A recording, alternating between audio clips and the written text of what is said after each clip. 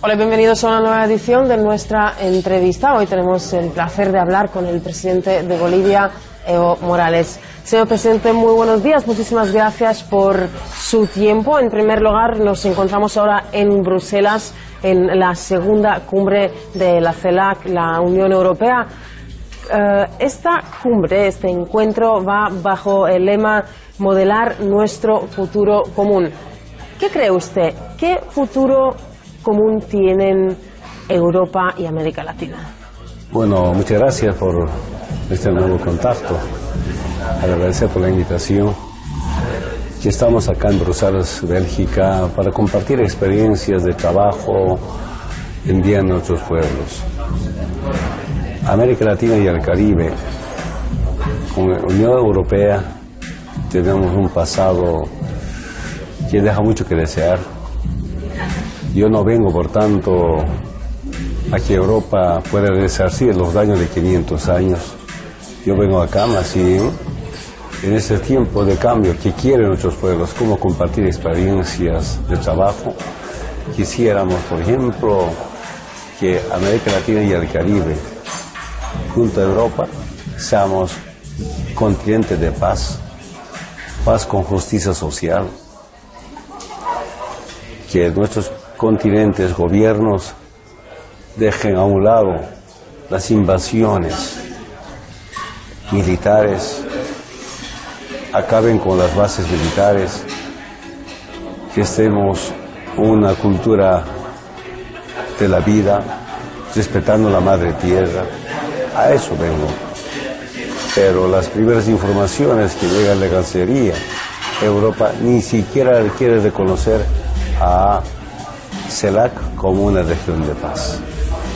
A nosotros nos costó muchísimo entendernos para que América Latina y el Caribe sea una región de paz. Quisiera que Europa acompañe estos profundos sentimientos que vienen del sufrimiento, pero convertirlos en un pensamiento de liberación. Ese es el gran deseo que tenemos. ¿Y cree que los líderes europeos pueden entender eso, los deseos de América Latina? El debate debe ser eso, a eso venimos, a entendernos, y que manden razones, no caprichos, manden pensamientos, sentimientos por la vida, por la igualdad, por la justicia. Y ahí tenemos que debatir aspectos económicos, aspectos financieros, aspectos energéticos, alimenticios. Esperamos coincidir, a eso vengo. No quiero irme decepcionado de algunos países de Europa que no quieren entender que es tan importante la paz con justicia social. Bueno, ¿y qué piensa usted en este momento en el que América Latina se está desarrollando? ¿Quién tiene más interés en construir esas relaciones?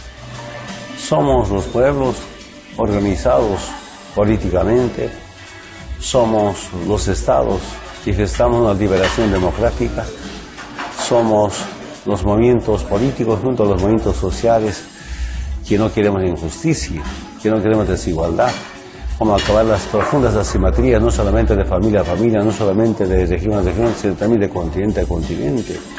Hay tantas formas de entendernos como presidentes y quisiéramos una claridad de algunos presidentes de Europa en trabajar de manera conjunta en bien de los pueblos de América y de Europa. Bueno, Europa o muchos líderes europeos muchas veces siguen la política de Estados Unidos, o sea, que tienen la misma opinión sobre ciertos temas. Y Estados Unidos, como sabemos, ve también a menudo a América Latina como su patio trasero. ¿Cómo cree que los europeos ven en este momento América Latina? No quisiéramos, por ejemplo, y no aceptamos que los que vivimos en el sur seamos los guardaparques del norte. No aceptamos, por ejemplo, si hablamos de cambio climático, que el G7 proponga subir a 2 grados centígrados de temperatura, cuando con 0.74 de temperatura, es decir, 2 grados centígrados, miles y miles de muertos por calentamiento global. Estas son muchas profundas diferencias. No quisiéramos por ejemplo, que la mal llamada migración no comparta con la migración, ¿no?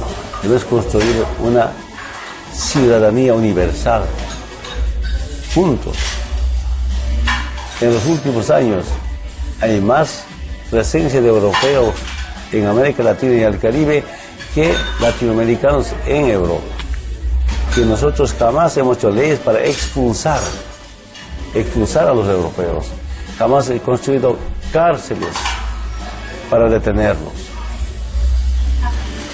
Ahí tenemos profundas diferencias, pero estas cumbres deben ser justamente para como entendernos y hablemos de tú a tú.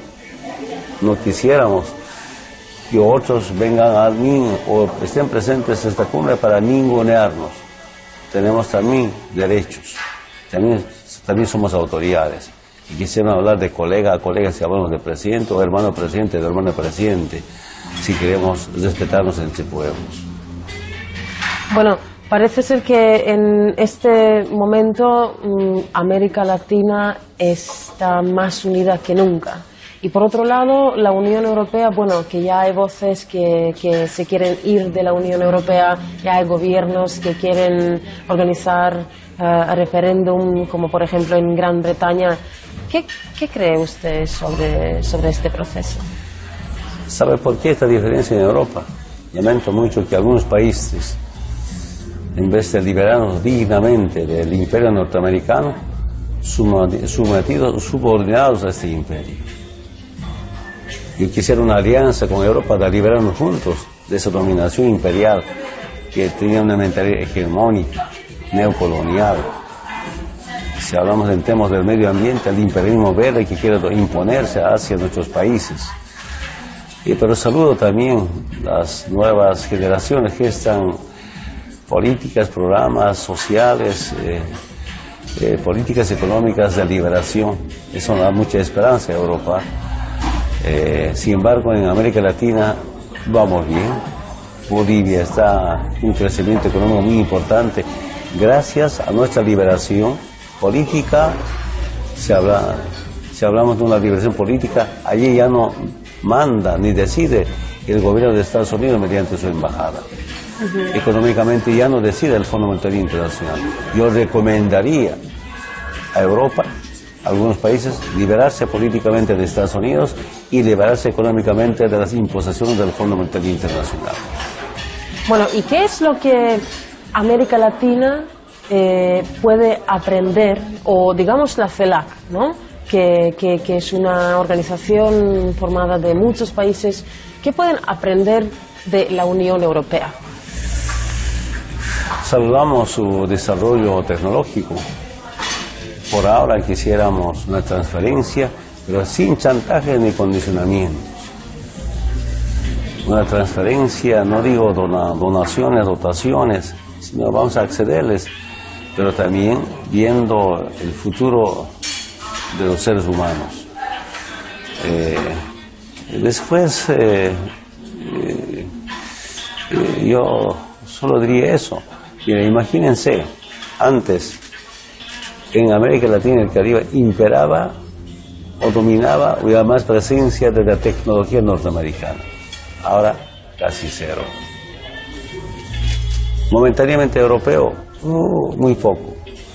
Y una invasión asiática que quisiera presencia, por ejemplo, de Rusia, su tecnología, para que juntos Rusia, China, que sea un gran proyecto de liberación.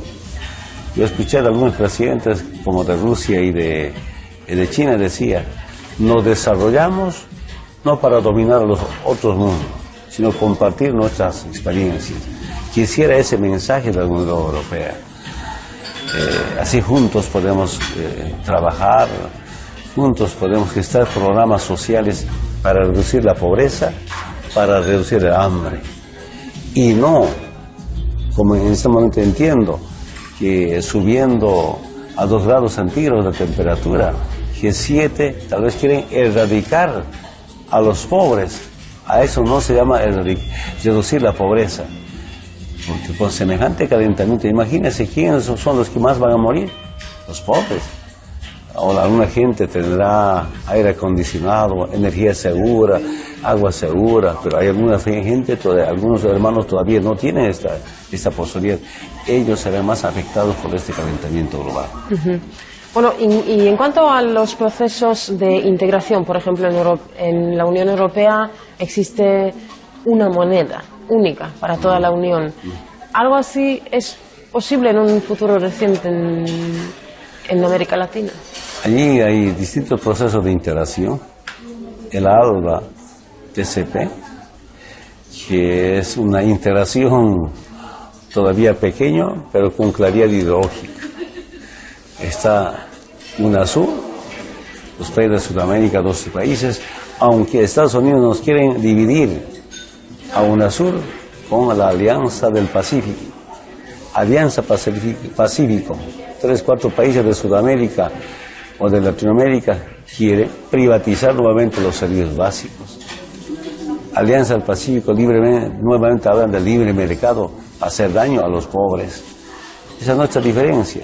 Cuando Estados Unidos fracasa frente a este proceso de integración, nos divide. Pero lo más importante, un sueño de Fidel Castro, un sueño de Néstor Kirchner, un sueño de Hugo Chávez, se consolida la CELAC. Yo digo, una nueva OEA sin Estados Unidos, una forma de liberación, aunque con diferencias. Nos respetamos, tenemos derecho a tener diferencias ideológicas, programáticas, hasta de valores, pero así se gesta esta gran integración. ¿Para qué? Para que Latinoamérica sea una zona, una región de paz, pero con justicia social. Esa es la meta que tenemos. Y ahí siento que algunos países europeos no comparten esta clase de procesos de liberación. Bueno, presidente, en Europa, últimamente un tema muy actual y muy serio es la situación en Ucrania. La Unión Europea, Estados Unidos culpan a Rusia por el conflicto. ¿Cómo se ve el conflicto desde Bolivia? ¿Qué información reciben de lo que está pasando ahí? ¿Qué sentimos? ¿Qué siento?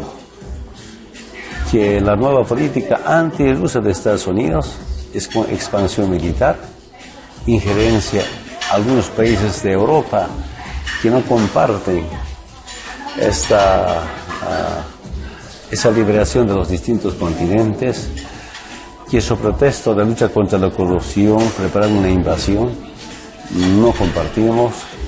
Sin embargo, cada región tiene su propia particularidad y no tiene problemas. Lo que sí, esas regiones tienen que resolverse sin ninguna injerencia ni intervención militar. Saludamos la lucha por soberanía y soberanía de Rusia, entendemos perfectamente las diferencias en Ucrania, pero son los pueblos que piensan y hay que respaldar lo que piensan los pueblos y no se trata de imponer por intereses de carácter geopolítico. Bueno, usted tiene un mal recuerdo de Europa, diría yo, ¿no? Cuando surgió lo del avión, que lo bloquearon. Hace poco, en la rueda de prensa, cuando salió un documental sobre Edward Snowden, Julian Assange había dicho que estas pistas que supuestamente Snowden se encontraba en su avión eran creadas intencionalmente para desviar la atención de la CIA. ¿Usted sabía de esto antes? ¿O se enteró ahora en la rueda de prensa? ¿Y qué opina de eso? No tenía información. Lo que sí estaba convencidos es que había una decisión del gobierno de Estados Unidos para este secuestro del avión presidencial, usando a algunos países europeos. Yo les proponía por entonces cómo juntarnos para liberarnos, o cómo ayudarnos a liberarnos. Cuando nosotros nos hemos liberado como Bolivia, ahora de verdad estamos mejor políticamente, democráticamente y económicamente, además de eso. Eso sabe el mundo. ¿Por qué seguir sometidos? Aunque algunos presidentes, gobiernos pidieron disculpas de Europa, pero siento que no es suficiente. Que evidentemente pues Estados Unidos hacen ciertas maniobras para desviar la opinión pública. Seguramente hemos sido víctimas también de eso. Y solo me preguntaba, así, por decir, si presidentes de Brasil o de Argentina o de Chile hubieran traído a este señor Edward Snowden, bueno, sabiendo que están llevando, nunca hubieran detenido el avión. Pero cuando se trata de un presidente de Bolivia, Evo, un llamado indio indígena, sí, sabiendo que no es, detienen justamente para desviar alguna información.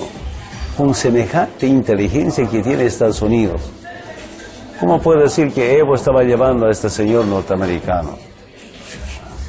Ya. Sí, claro. Yo no puedo entender que desde un punto de vista, de mi opinión personal, es un invento, que detrás de eso habían otros objetivos. Bueno, y como ya usted ha mencionado, hay varios países de la CELAC, incluso han pedido disculpas de la Unión Europea. ¿Cómo le reciben hoy día en Europa? ¿Siente que como que le deben algo, intentan portarse mejor? Yo siento que eso en algunos países, pero por encima de esas diferencias que tenemos entre países de Europa o la CELAC, creo que es más importante coincidir frente a los problemas financieros, frente a los problemas de desempleo, frente a los problemas energéticos, frente a los problemas del medio ambiente. Cómo coincidir pensando en la mayoría de nuestros pueblos y no solamente tratar de imponer políticas hegemónicas que no van a resolver la situación social en nuestros países. El crecimiento del desempleo en Europa preocupa. A eso se debe también más presencia de europeos en América Latina y el Caribe. Entonces, seamos responsables para debatir de manera sincera, abierta, de cara a nuestros pueblos, los temas sociales. Bueno, ahora pasamos a los temas del continente latinoamericano. Últimamente ha habido varios escándalos que los tenemos que mencionar. Por ejemplo, uno que algunos medios de comunicación culpan a Diosdado Cabello por supuestos vínculos con narcotráfico. Y luego también ha habido noticias sobre algunos militares bolivianos que se decía que ellos también llevaban narcóticos en los aviones oficiales. ¿Qué cree usted sobre todo esto? Mira, Venezuela ha enfrentado una agresión política de parte del gobierno de Estados Unidos, se ha defendido, no ha podido derrotar políticamente el gobierno de Obama a Venezuela. Después de una agresión política viene la agresión económica, está batallando hermano Maduro, saludamos, felicitamos. Después de una agresión económica viene la agresión militar, amenazas de intervención. Ha sido derrotado, yo diría, por el pueblo revolucionario de Venezuela. Y viene después de estas acusaciones del narcotráfico. Yo no puedo entender esas acusaciones, pero lo que está viviendo Diosdado Cabello es lo que también el presidente Hugo Chávez enfrentó, acusaciones de narcotráfico. ¿Quién podría creerlo? Si no tienen otro argumento que acusar y tratar de dividirnos. Esa es la historia de los gobiernos de Estados Unidos, los imperios de turno. Desde arriba, dividirnos para dominarnos. Dominándonos, robarnos, explotarnos económicamente, saquear nuestros recursos naturales. Ya están en otros tiempos, van a seguir fracasando. ¿Quién podría creer que los militares de Venezuela y de Bolivia están llevando cocaína? Tengo información que un militar boliviano se escapa hacia España y ahora anda arrepentido, queriendo retornar a su país. Que vuelve, pero que también serán juzgados militarmente. Es una alta traición a la patria. ¿Quién podría creer estas acciones, ¿no? En el tema de la cocaína? Yo siento que usan justamente el narcotráfico para hacer daño a los políticos, a los dirigentes de los movimientos sociales antiimperialistas y anticapitalistas. Claro, antes nos decían, antes era delito ser militar en un partido comunista, socialista.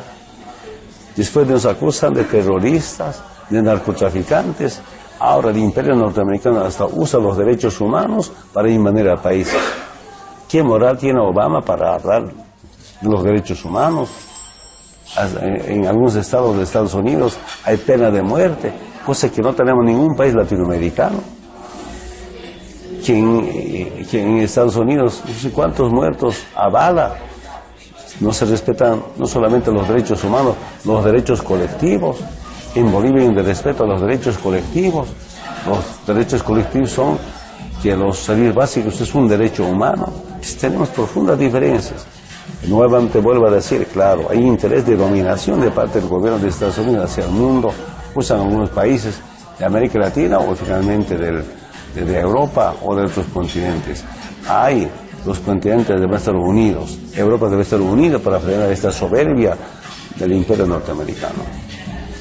Bueno, presidente, Estados Unidos también últimamente está como reforzando su potencia militar en América Latina. Me estoy refiriendo ahora a la base militar en Honduras, también Centroamérica, Perú.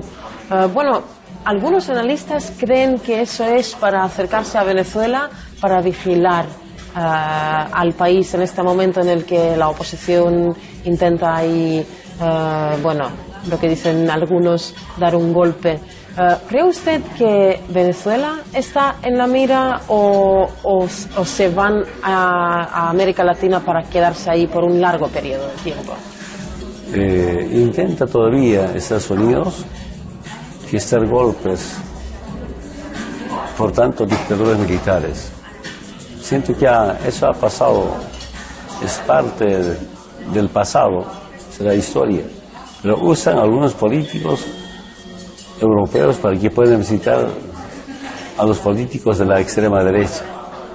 Yo no puedo entender Felipe González, si es el Partido Socialista, que trata de ir a Venezuela a visitar a la extrema derecha. ¿Qué clase de socialista es eso? No entiendo, ¿verdad? Si es socialista, ¿por qué no va avanzando a lo mejor? ¿Verdad? Entonces, sin embargo, ahí vemos que algunos partidos en Europa o en Latinoamérica llevan el término socialista cuando son los mejores instrumentos del capitalismo. Respetamos, son nuestras diferencias, tenemos derecho a tener diferencias, pero usan el socialismo para servir al capitalismo. Pero también tratan de gestar, ¿no?, estas acciones para frenar esta gran sublevación, revelación o la revolución en la región de América Latina, especialmente de Sudamérica. Estoy seguro que estas bases militares no lo van a hacer. Yo estaba hace un mes atrás en Venezuela frente a estas amenazas de Estados Unidos. Hasta los diputados de la derecha se sumaron para defender la soberanía del país venezolano. Pero también es importante que nosotros debemos acompañar con políticas sociales, políticas económicas estables para nuestros países. Esa es nuestra experiencia en Bolivia. Nuestros pueblos no viven de discursos, nuestros pueblos no viven solamente de ideología, sino acompañar con políticas económicas que respalden la solidez de una revolución democrática como en Bolivia. Nuestro debate permanente y en mi experiencia personal, si al pueblo no le falta movimiento económico, no le falta alimento, y si sobre eso acompañamos con energía suficiente, con agua suficiente, el pueblo siempre confiará en esos procesos de liberación bajo una revolución democrática. Bueno, estamos llegando al final del segundo mandato de Barack Obama en Estados Unidos. ¿Lo podría comparar usted con el gobierno de Bush o bueno, como ahora Hillary Clinton es candidata a la presidencia de Estados Unidos, ¿cómo piensa que irán las relaciones entre Bolivia y Estados Unidos en el futuro? Sabe, yo no creo que haya diferencia entre demócratas y los republicanos. Si hay una política de Estado.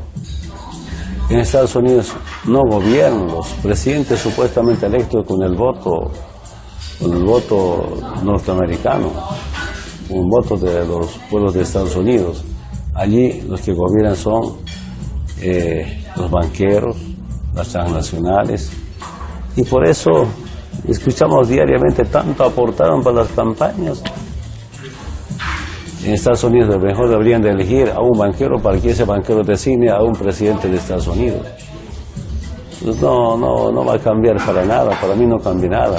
Yo escuchaba de ser de adolescente, ha ganado los demócratas, ahora vamos a estar bien. Nada más está un afro norteamericano de presidente, no cambia nada. Yo por lo menos pensé que un presidente que viene también de un sector social discriminado, marginado, hasta odiado, vilipendiado, como los afroamericanos, con otro presidente que viene del movimiento indígena también históricamente amenazados a la extinción, nos podemos entender para bien de nosotros, si no es para bien de todos nuestros pueblos, para nuestra clase abandonada.